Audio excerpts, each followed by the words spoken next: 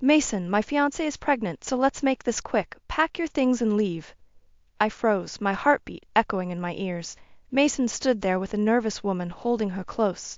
Her face was familiar, yet it took a moment for everything to click. Fiancée? Pregnant? Mason, what are you talking about? I asked, my voice shaking. He pulled her even closer, almost shielding her from my questions. Meet Lily, my soon-to-be wife. She deserves better than what you could ever give. Lily? My cousin Lily? The office intern I hired as a favor? The room spun, my vision blurring. Mason had always been distant lately, but I chalked it up to our struggles. Infertility had a way of tearing even the strongest couples apart, but this was beyond comprehension. I took a step back, bumping into the corner of the table. Lily, I whispered, not trusting my voice. You're with Mason? Lily's eyes darted around the room, refusing to meet mine. She looked more nervous than guilty. Mason, on the other hand, had a steely resolve, a determination I hadn't seen in a while.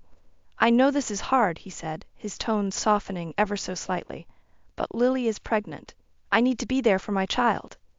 Child? I scoffed, anger boiling up inside me. Mason, we've been trying for years, and now you just throw me aside for her. Lily spoke up then, her voice timid but firm. Darcy, I didn't mean for this to happen. Didn't mean for this to happen, I repeated, incredulous. You're my cousin, Lily. You work for me. How long has this been going on behind my back? Mason cut in. She's not to blame here. I fell in love with her. It just happened. The betrayal stung like a physical blow. And what about us, Mason? What about everything we went through together? The treatments, the doctors, the hopes every month that were dashed over and over? He didn't answer, just shifted uncomfortably. I'm sorry, Darcy, but I have to do what's right for my child. The room felt small, stifling. I needed air. Without another word, I turned and left, my mind a whirlwind of thoughts and emotions. My own husband, with my cousin no less. I felt humiliated, betrayed, and so utterly alone. The echoes of their betrayal followed me out the door, every step heavy and deliberate. I needed a plan, something to hold on to. Mason wasn't just taking another woman, he was taking my family, my dreams, my future. He was leaving me to pick up the pieces of a shattered life. I walked back to our bedroom and began to pack my things, each item another reminder of the life we had built together. Photographs, mementos of trips we had taken, even everyday items like a toothbrush or a pair of slippers, felt loaded with memories that were now tainted. My phone buzzed with a call from Edith, Lily's mother, and my aunt. Ignoring it, I focused on packing. There would be time to deal with family repercussions later. For now, I needed to get out of here, to find some semblance of control. As I zipped up the last suitcase, the gravity of it all hit me. I wasn't just leaving a house, I was leaving behind a dream, a marriage, a future that would never be. But one thing was clear, this wasn't the end. This was just the beginning of something else, something stronger, and I would see it through, no matter what it took. Packing my things was a blur. I moved mechanically, stuffing clothes into bags, barely noticing what I was grabbing.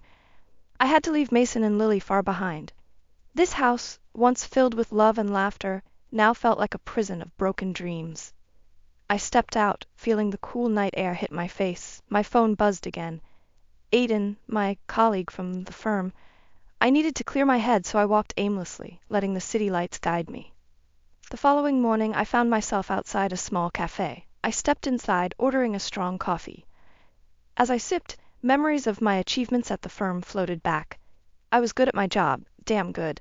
I had built my reputation as a successful architect, one project at a time. Then there was Mason, always by my side, or so I had thought. I had secured prestigious contracts for the firm and earned respect from my peers. But with every professional high came the personal low of our infertility struggle. Every failed attempt at having a baby had driven a wedge between Mason and me. But I had always believed we would pull through. We met Lily at a family barbecue. She was fresh out of college, looking for a job.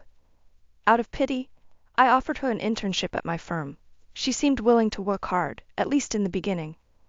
As time passed, her cocky attitude surfaced. She was sloppy, often arriving late or skipping meetings altogether, leaving me to cover for her. But she was family, and I didn't want to create waves. My thoughts were interrupted by the cafe's doorbell. I looked up to see Claire, my best friend, walking through the door. She saw me and rushed over. "Darcy!" I came as soon as I got your message. What happened? She asked, concern etched on her face. I took a deep breath. Mason, he's with Lily, my cousin. She's pregnant. Claire's eyes widened. Are you serious, Lily? That little? She took a deep breath, trying to control her anger. What are you going to do? I don't know yet, I admitted, voice barely a whisper. I feel betrayed by both of them. Darcy, you don't deserve this, Claire said, squeezing my hand. You've been through so much. I can't just let it go, I said, feeling a surge of determination. They've taken everything from me. I need to find out more. Claire nodded, her expression serious. I'll help you any way I can. Later that day, venturing to the firm felt strange. The familiar glass doors, the hum of busy work life, all seemed unchanged, yet my world had shifted. The office was buzzing as usual, but as I entered, everything paused for a moment. Whispers floated through the air. In my office, Lily was at her desk, pretending to be busy. I approached her. We need to talk. She looked up, trying to appear nonchalant. Is this about last night? Oh, you bet it is. I snapped. How long has this been going on? You think you can just waltz in and destroy my life? Darcy, calm down, she said, looking around nervously. It just happened. Mason loves me, and he's going to be a father. Save it, I said, glaring at her. You have no idea what you've gotten yourself into. I walked away, feeling the eyes of curious colleagues on my back. I wasn't done yet, not by a long shot. If they thought they could ruin my life and get away with it, they were sorely mistaken. This was just the beginning, and I was ready to fight back, whatever it took. The next few days felt like navigating a minefield. I kept to myself at the office, focusing on work to keep the turmoil at bay. But it was impossible to ignore Lily's presence. Her attitude had shifted noticeably, cocky, almost smug.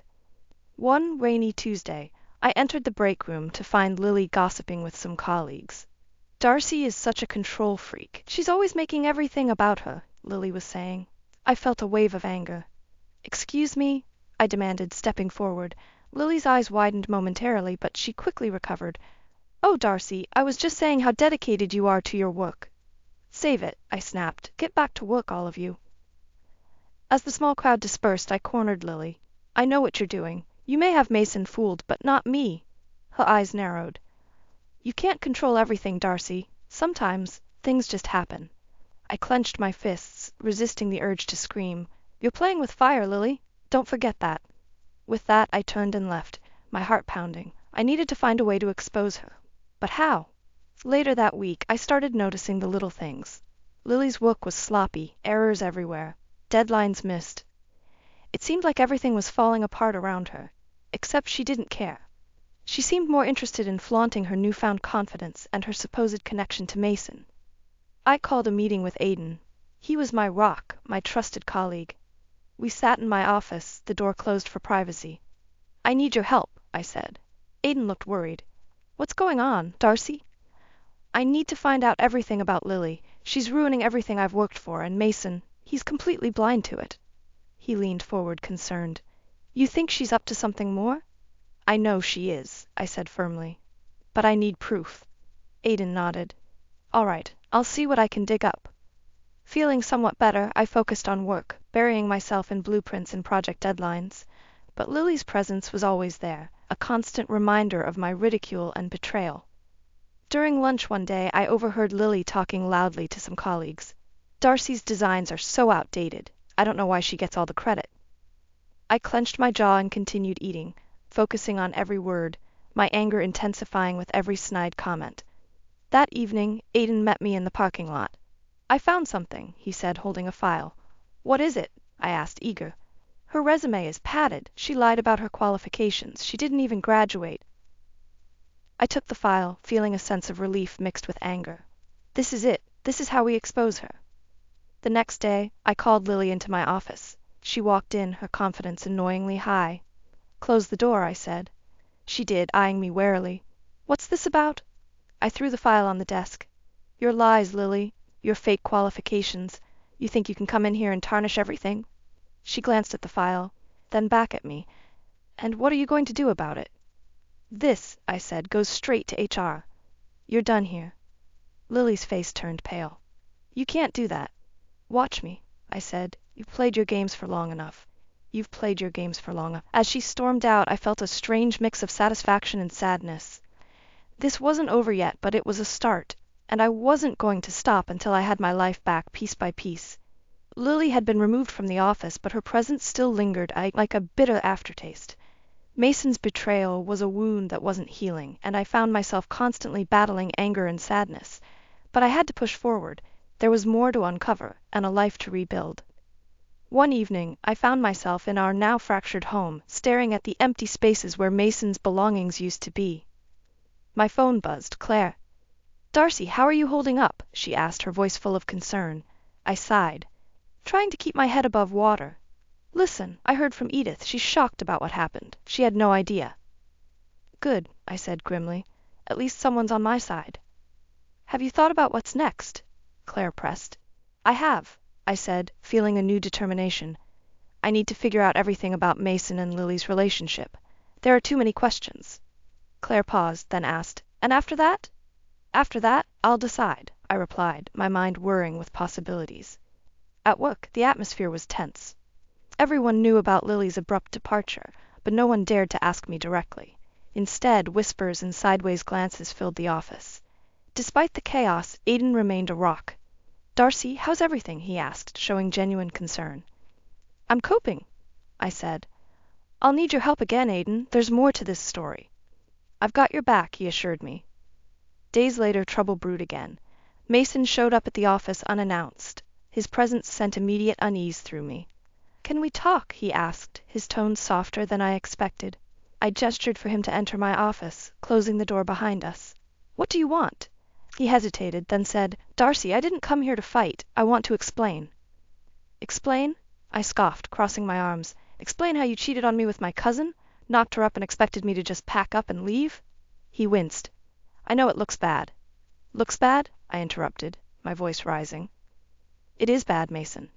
He took a deep breath. "It wasn't planned. It just happened. We didn't mean to hurt you." My eyes hardened. "Oh, save it. None of that excuses what you did." "Darcy, I miss you," he admitted, voice shaking. "Miss me?" I laughed bitterly. "You're unbelievable." He reached out, but I stepped back. "Darcy, please understand. I'm still here for you." I shook my head, feeling disgusted. "You've ruined everything. There's no turning back now. Can we at least talk?" he pleaded. "One last chance?" I stared at him, debating. "Fine, we'll talk, but not now. I need time." Mason nodded, grateful. "Thank you." As he left, I sank into my chair, trying to process the emotions swirling inside me. One thing was clear. I couldn't trust his words. Aiden knocked, entering the room. "Everything okay?" "No," I admitted, feeling exhausted. "But I'll manage." "Stay strong, Darcy," he said. "You've got people who care about you." "Thanks, Aiden," I said, giving him a weak smile. "I appreciate it." As the days turned into weeks, I continued to piece together the fragments of my life, slowly but surely. Mason's betrayal and Lily's deceit had rocked my world, but they wouldn't break me.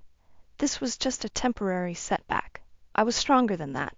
I sat at my desk the next day, trying to focus on my designs, but Mason's unexpected visit haunted my thoughts. Suddenly, there was a light knock at the door. Aiden peeked in. "Got a minute?" he asked. "Yeah, come in," I replied, putting down my pencil. He closed the door behind him. "I did a little more digging into Lily's past, found something interesting." "What is it?"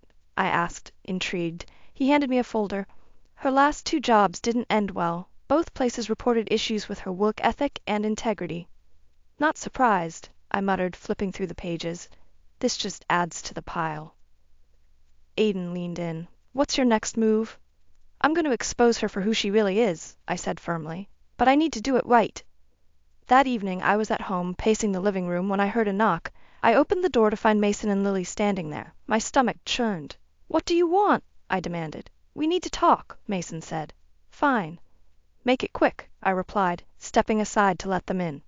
"We're here to clear the air," Mason started, his tone unusually calm. "Clear the air?" I said, incredulous. "After everything you've done?" Lily spoke up then, her voice lacking any real sincerity. "Darcy, we didn't mean for things to get out of hand." I glared at her. "You think you can just waltz in here and make everything better with a few words?" Mason sighed. "We want to make amends." "Amends?" I let out a bitter laugh. "You've destroyed everything I cared about." Lily shifted uncomfortably. "Darcy, we Save it, Lily, I interrupted. I know about your past jobs, your lies. You're not fooling anyone here. Mason's face went pale. What are you talking about? Ask her, I said, nodding towards Lily. She's been lying through her teeth. Lily's eyes widened, panic flashing across her face. Darcy, please, you don't understand. Oh, I understand perfectly, I said, my voice ice cold. You're a manipulator and a fraud. Mason turned to Lily, his eyes narrowing. Is this true? She looked away, unable to meet his gaze. Mason, Enough, I shouted, my emotions boiling over. Get out of my house. Mason hesitated, then took Lily by the arm, leading her out. We'll talk later, he muttered. As the door closed behind them, I felt a strange sense of satisfaction. It wasn't over, but it was a start. The next day at work, I called a staff meeting. Everyone gathered in the conference room, the air thick with curiosity. Thank you all for coming, I began. I have some important updates. I paused, letting the room settle. It has come to my attention that certain individuals have been spreading false information and causing unrest in the office. There were murmurs of agreement and nods around the room. As your leader, it is my responsibility to ensure a trustworthy and professional environment, I continued. I want you all to know that we are taking steps to address this.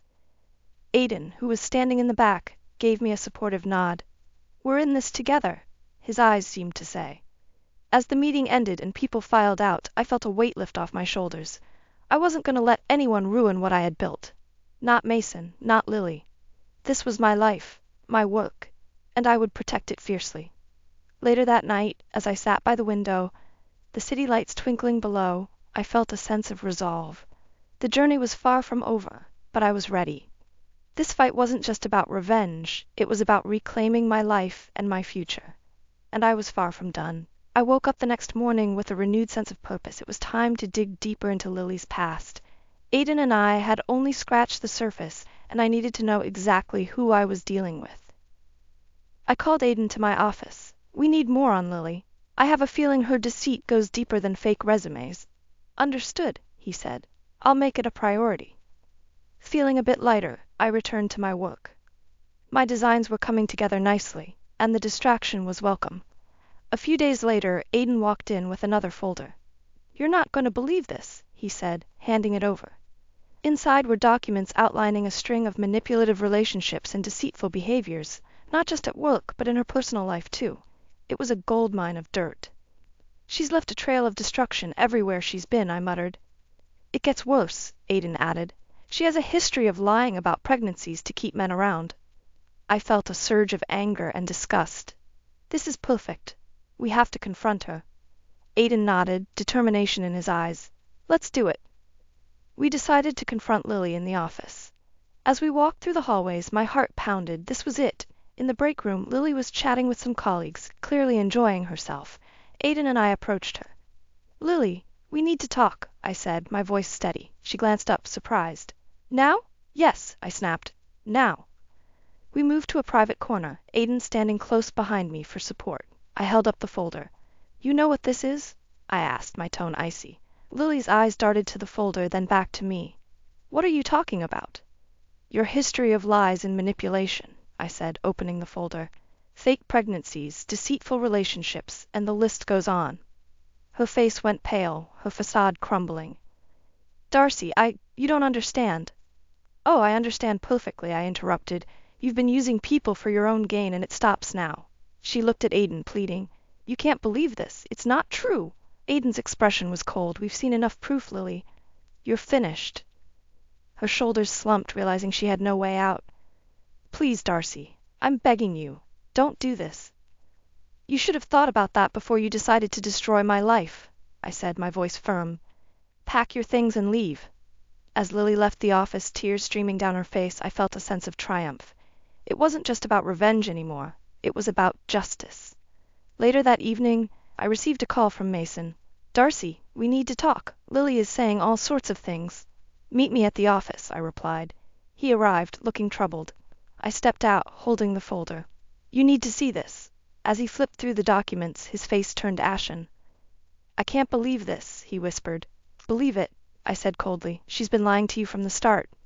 But the baby, he stammered. Lies, I confirmed. It's what she does. Mason looked broken. Darcy, I'm so sorry. It's too late for apologies, I said, my voice firm. You made your choice. As he left, I felt a mix of satisfaction and sadness. The truth was out, but the damage was done. Yet, I realized this was a new beginning. The storm had passed, and I was ready to rebuild, and I had the strength to do it, with or without Mason. The next few days passed in a haze. The revelation about Lily had caused ripples throughout our social and professional circles. Word spread quickly, and soon everyone knew about her deceitful ways.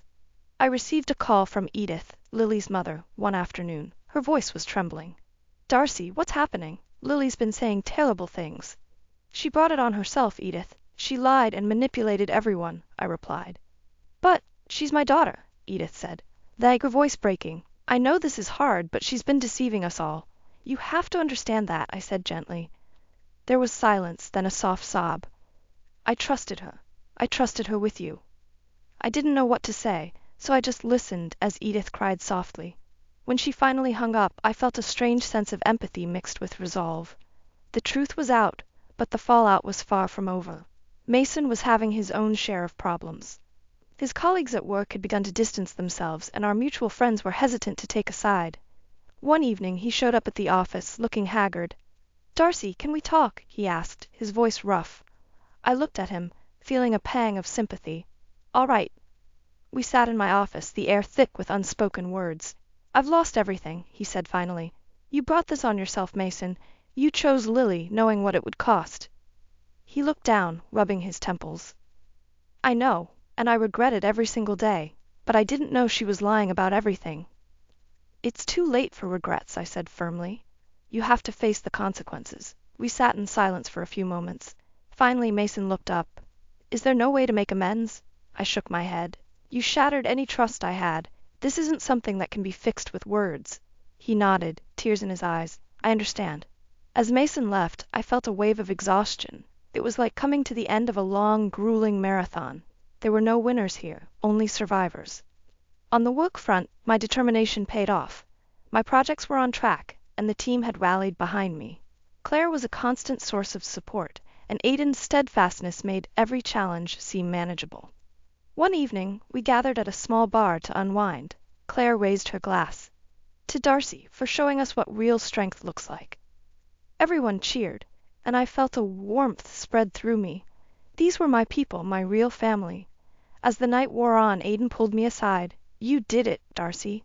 You've come out stronger."